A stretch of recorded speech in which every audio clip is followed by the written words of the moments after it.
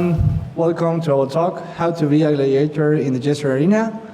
Today we're going to be talking about gestures in Flutter. We're going to learn about some of the basic concepts. Of course, we're going to be talking about the Gesture Arena. We're going to see how our gladiators fight in there until only one is the winner. Also, we are going to see how to create our custom gestures, and we are going to share our experience working with an app that need to face multiple gestures in the same spot.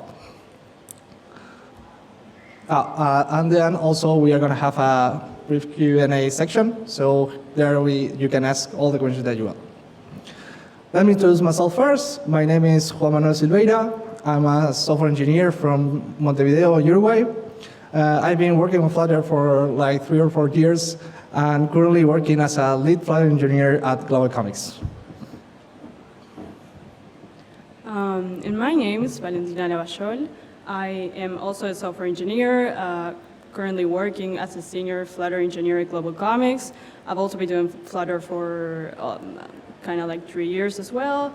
And you can find our socials over there, and we're just very excited to have you all here. So we're going to start from the very basics, talking about gestures in Flutter, okay? And we can define a gesture as a way the user has to interact with our application, right? So on a phone or on a tablet, for example, it could be a tap. But gestures are not only things that happen on devices with a touch screen, right? Like on a desktop or on a web, for example, a click can also be considered a gesture. And of course, there's a lot more gestures that we do aside from taps, right? We can double tap, we can pan, we can swipe, we can pinch to zoom, we horizontal drag, vertical drag, a lot more. And all of them take part in the Gesture Detectors API, which is a widget that probably the majority of people that are here have used at least once to detect and handle gestures in our application, right? And it's very simple to use, right? You just take the handler of the gesture that you want to detect and override it with the callback that you want executed when the gesture actually gets detected. Then take the gesture detector, put it on a portion of our app, and that's it. And it provides a very complete API with lots of handlers, actually a whole lot of handlers, as we can see on that picture there, that for most applications, this is going to be more than enough, right? But of course, we're not here to talk about the gesture detector only, right? We are here to go a little further and to understand how all of this is working in the background, and that way we're going to learn how to solve problems that sometimes we face and we have no idea how to solve because we don't understand what's going on. So in order to do that, we're going to take a look inside the gesture detector. And if we do, we're going to find that inside it uses a raw gesture detector, which is a widget that detects gestures by making use of different gesture recognizers. And the gesture recognizers are classes, these are Dart classes, these are not widgets, that have 2 very important things. First one is they have the logic to actually detect the gesture, and then they have the logic for that gesture to coexist with other gestures. As we're going to see later on the talk, when the gestures coexist with other gestures, they do it on a place that's called the arena. And inside the arena, they can have conflicts. So Flutter needs to have a way, it needs to have a logic to decide which is the gesture that the user is actually trying to make out of the ones that we're trying to detect, right? So if we take a look at this diagram, we're going to see that gesture detectors inside use a raw gesture detector. That inside uses one or multiple gesture recognizers, right? And we can have a tap, gesture recognizer, a double tap, scale, a whole lot of them. And all of them are going to extend the gesture recognizer base class. So if we ever wanted to create our own custom gesture recognizer, what we would have to do is create the class, and make it extend the base class, and use it inside a raw gesture detector. Amazing. So we understand now that the logic is held inside the gesture recognizers, right? Those are going to have the logic, they're going to make the computations necessary to detect gestures. But we're missing something, right? We're missing like some raw data in order to do those computations like from. And that's why I wanted to talk to you guys about a little bit about pointers and events. So we can define a pointer as the raw data of a user's interaction with the screen. So when a user interacts with the screen with one finger, that's going to create a pointer. When you interact with two fingers, it's going to create two pointers, and those fingers are those pointers are going to exist as long as the user interacts with the screen. When they take their fingers off the screen, those pointers are going to be removed. And of course, I'm talking about fingers and touch screens just to make it easier, but it could be a click on a desktop. And so one gesture can basically have one or multiple pointers existing at a certain time. Related to those pointers, we're going to have pointer events, which are going to bring us information about what's happening specifically at a certain moment in the life cycle of a gesture. Right? And we can see some examples there, like a pointer down event, if the user put their finger on the screen.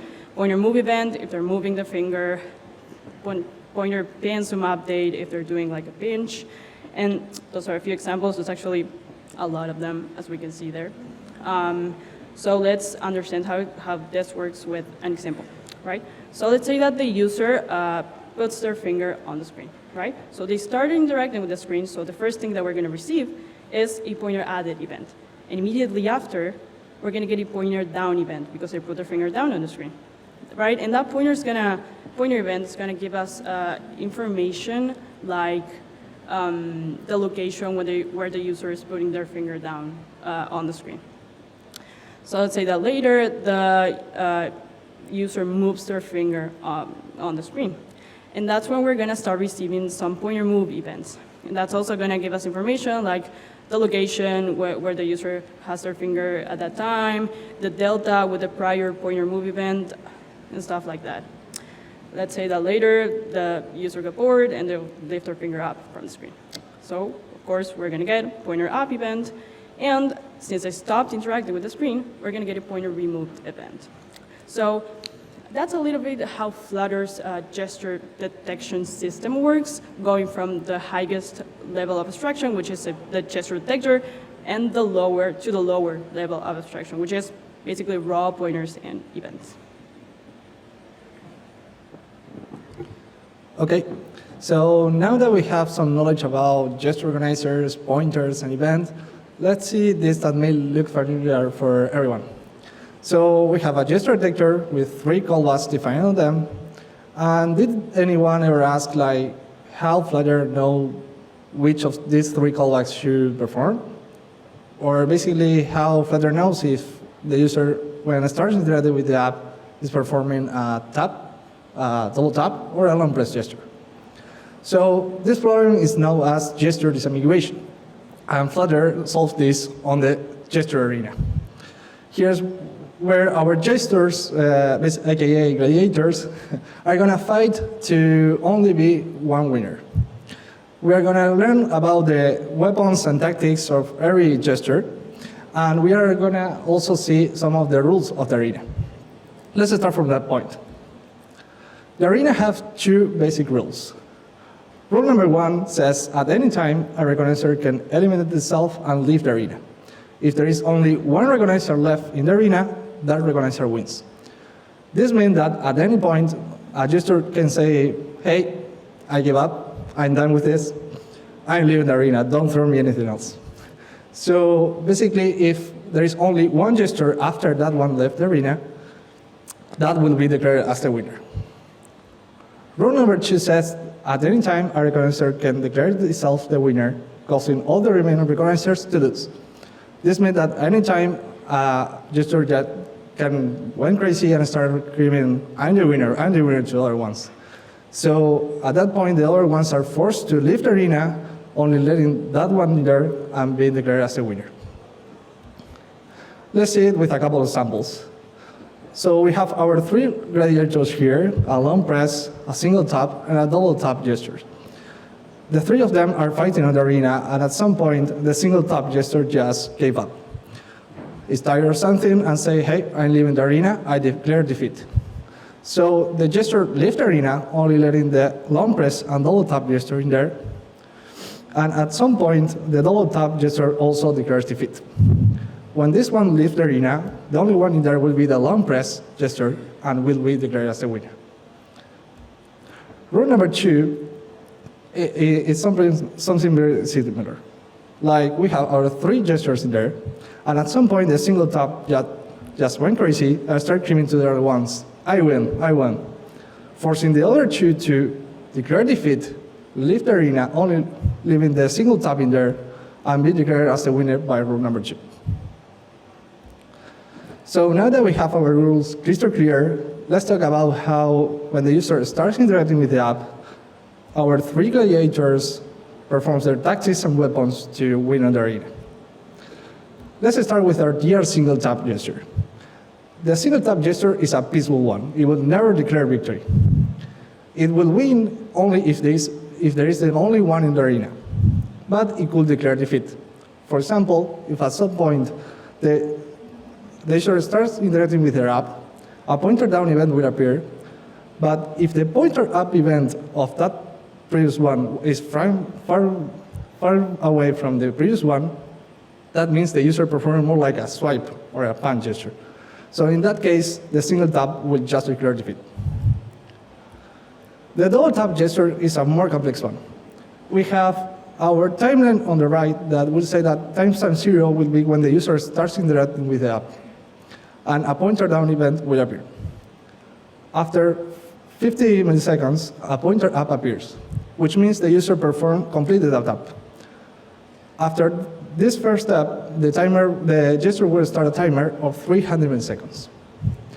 That will be the acceptable window of time for the user to interact with the app again and perform a second tap. So if 100 milliseconds after a new tap happens, that means the gesture will declare victory and win the arena. The other case will be that the timer ends and no second tap happens, then the gesture would just declare defeat. The long press is pretty similar. We have the timeline on the right too, pointer down at 0 milliseconds, but now the gesture will start a timer of 200 milliseconds. This will be the amount of time for the gesture to say, hey, if the user retains their finger there that long time, that's a long press gesture. So imagine that after the timer finishes, a pointer up event appears, and he will declare the victory. The other case will be that at pointer down event, the timer starts, but 100 milliseconds after, a pointer up event. So it's not long enough for the gesture to declare victory. Instead, it will declare defeat. Now let's do some couple fighting simulations. We have our 3 fighters on the arena, our well-known timeline with a pointer down on 0 milliseconds, 50 milliseconds after a pointer up appears, which means a fast tap happens. Not long enough for the long press to declare victory. Instead, it will declare defeat, as we saw before. Leaving the arena, only letting the single tap and double the gesture there. And after 300 milliseconds, nothing happens. So at that time, the timer of the double tap just already finished it, which means it will declare defeat, leave the arena, only letting the single tap in there, and be declared as a winner. Another simulation will be a tap happens, a fast step, not long enough for the long press to declare victory, will declare defeat instead, leaving the arena, only letting the single tap and double tap in there. But this time, after 100 milliseconds, a second tap happens, which means the double tap will just start screaming to the single one, I win, so forcing the single tap gesture to declare defeat, leave the arena, and declaring the double tap as a winner. So that's basically how the arena works. All this knowledge is very useful for understanding some of the behaviors of our Flutter widgets. Basically, the arena will be resolved depending on the tactics of the gestures and the interaction with the user. Awesome. So now we understand how the gesture arena works and how the gestures fight against each other to see who's going to be the winner. But with all this knowledge, we now are going back to the first part of the talk and dig a little deeper into the gesture recognizers. So let's take a look at an overview of how of the gesture recognizer's life cycle. So Let's say that the user puts a finger on the screen, right? So that means that in the gesture recognizer, we're going to receive a pointer. And the first thing that gesture recognizer is going to want to do is subscribe to that pointer, right? They do that in order to start receiving pointer events. And once we start receiving those pointer events, what we want to do is handle them. We want to do computations, we want to do logic with the information that comes inside the pointer events in order to either declare victory or declare defeat of the gesture, right? So understanding that, we are now going to see this in code on how to implement the gesture recognizer. So first thing we have to do is create our class, of course, extending the gesture recognizer space class. Once we do that, the first thing we want to do, of course, is subscribe to the pointer. And in order to do that, we are going to override this method that's called addAllowedPointer. And this method is going to be triggered every time we receive a pointer down event, right? In here, we are going to have all the logic that's necessary to define whether we want to subscribe or not to a pointer. You may be asking yourself, why wouldn't I want to subscribe to a pointer, right? But there could be a few reasons why, like maybe you don't care about it on a specific platform, or maybe you only care about a certain location on the screen, and otherwise you don't want to subscribe to that pointer, stuff like that, right? But if we do want to subscribe to that pointer, what we should do is call the gesture binding mixin and use add route. And as we can see there, on that add route, we are giving it a callback that's called handle event, which is going to bring us to the next step, which is creating our logic. So here we're going to have all the logic, all the computation necessary to declare victory or defeat based on the pointer events information that we receive, right? And as we can see there, this is actually not a method that comes on the gesture recognizer space class. This is just a private method that we create. So it could be called however we want. It's just standard to call it handle event. And once we do that, we're going to successfully be able to either declare victory or defeat. The last thing we have to do is override these two methods that are called accept gesture and reject gesture, which are going to be executed accordingly depending if you declare victory or declare defeat, right? On these methods, what we usually do is, for example, if we declare victory, you should call the callback that you passed to the gesture recognizer, or maybe do some post computations like clear some variables or stuff like that. So let's see now this applied, creating an actual gesture, right? And we're going to implement a triple tap. So triple taps do not come in Flutter's built-in recognizers. So we're not only going to implement it, but we're also going to make it coexist with other gestures. In this case, a simple tap, a single tap. And the way our triple tap should work is that we're going to expect 3 taps with a maximum window of time of 300 milliseconds in between. So if that happens, we're going to declare victory. Otherwise, we're going to declare defeat.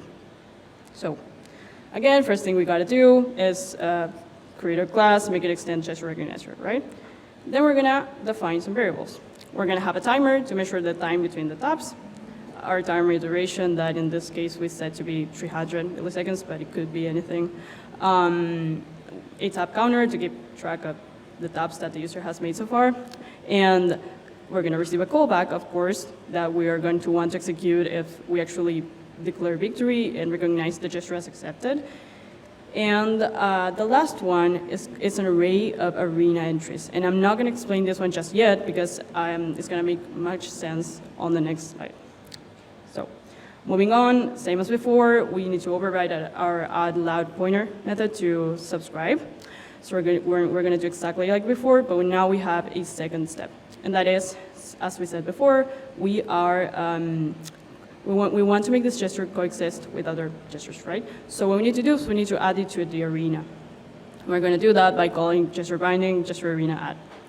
And as we can see there on the last line, we're doing a gesture arena entries add, and we're adding that entry onto our array. So that array is going to be a list of references to the pointers that entered the arena. So next step, we're going to create our logic, right? And in this particular case, we're going to do everything on whenever we receive a pointer up event. And the first thing that we can see there is that we're calling gesture arena hold. So let me explain for a second why. So whenever the gesture arena, Flutter's actually gesture mechanism, receives a pointer up event, the arena is going to try to force the resolution, right? It's going to try to force a winner. This is a mechanism in Flutter that's called sweep. So whenever we want to tell it, hey, I'm not over yet, there's computations I need to do, we're going to call hold. And that's going to prevent that mechanism. It's going to prevent the arena from being swept. Once we're done doing that, what we can either do is call release, which is another method, or we can resolve the arena by either declare victory or defeat. So after doing that, we are going to increase our tap counter. We're going to cancel our timer, and then we are going to have two possible scenarios.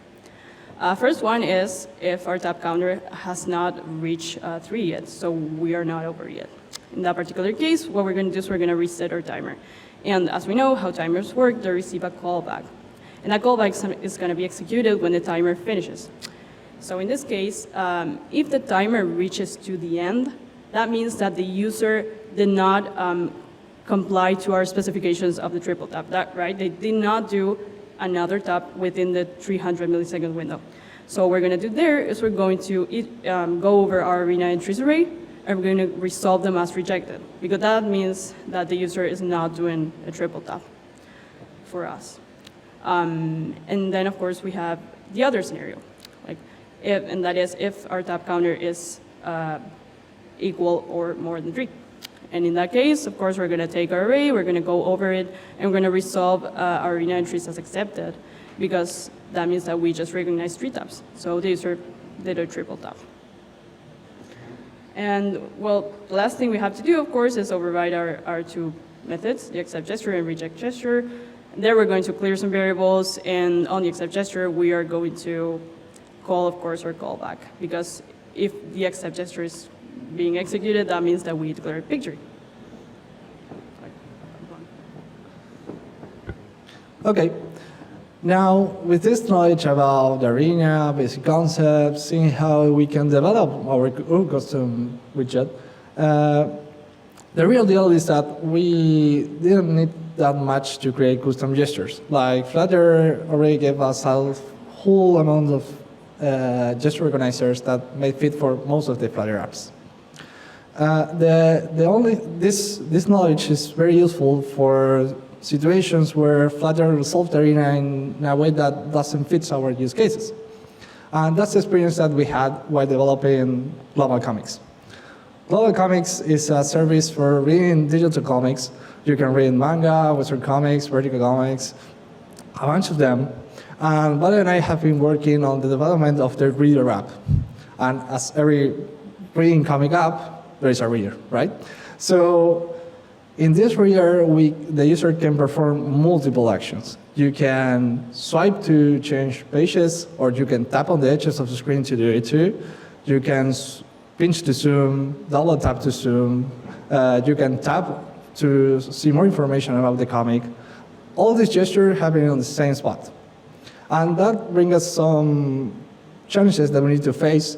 And that challenge is the one that we want to share with you. So the first one is a double tap versus a single tap gesture.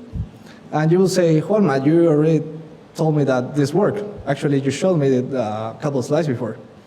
That's right, but let me explain a little bit more about it. On our reader, we have a double tap to zoom feature, and also you can tap on the edges of the screen to change pages.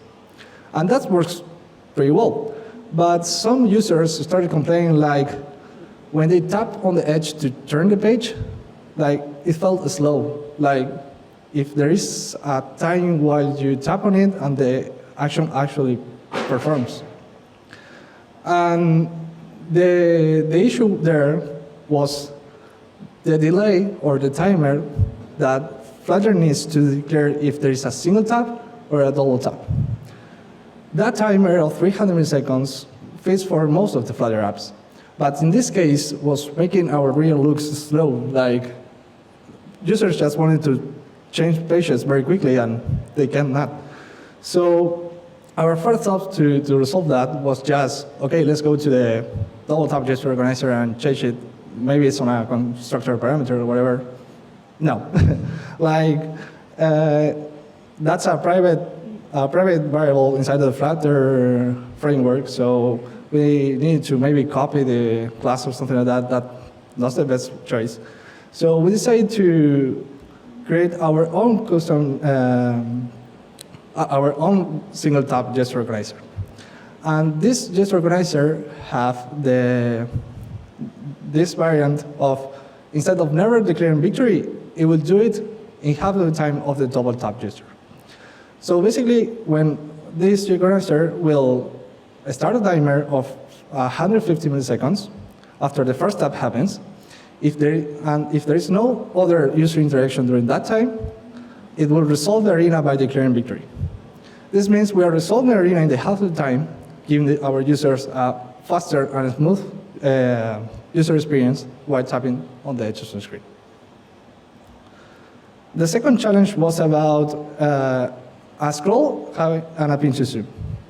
Our vertical reader is basically a list view with our pages, okay? And we wanted to add the pinch to zoom feature to that.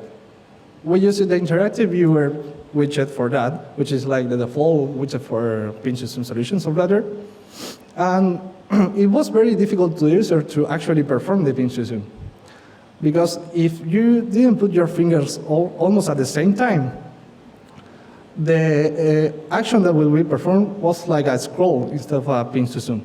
Because the vertical drag gesture organizer inside of the list view was much stronger than the scale gesture organizer inside of the interactive viewer. So to resolve that, what we did was we nerfed the list view gesture organizer by only allowing one pointer.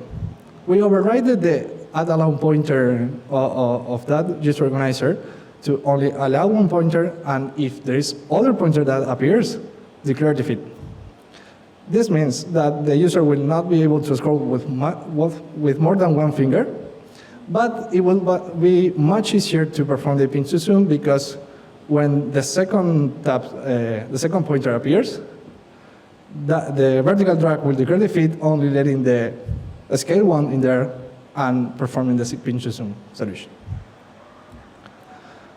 The third and last one is about having panning inside of a horizontal drag. Our single page reader is also basically a page view with our pages because we wanted to swipe to turn pages, okay? The issue was when the page was zooming and the user tried to pan all around the page. When they panned horizontally, the gesture that was happening was the swipe of the page view. So it was turning pages instead of panning through the page. And what the users wanted was to basically zoom in the page, move around the page, the zoomed page, and when you reach the edge, do another swipe to change the page. So what we did was adding more logic to the scale gesture organizer by using the scale of the page, the position of the page, and the size of the screen to compute on every movement, on every pointer move event that we saw, the visual area of that page. So if the page have space enough to move around, we're going to prioritize the scale gesture organizer by declaring victory in there. If the page is on the edge of the screen and the user is continuing performing the drag forward that direction, we are just letting the regular path of the scale, which is going to lose. So the swipe of the page view will win and turn the page in that case.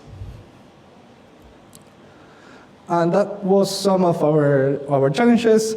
What we want to say is like the basic strategy here to resolve those conflicts was to make one more stronger or the other one more weaker, depending on like which was easier, and also like what have less complexity to do it so. We want to finish the talk by, you know that this is an issue that we faced. We never faced it before. We were learning about it on the ride, and we thought like we found very few information about it. So we wanted to share it with you, and yeah, that's all I think. Thank you so much.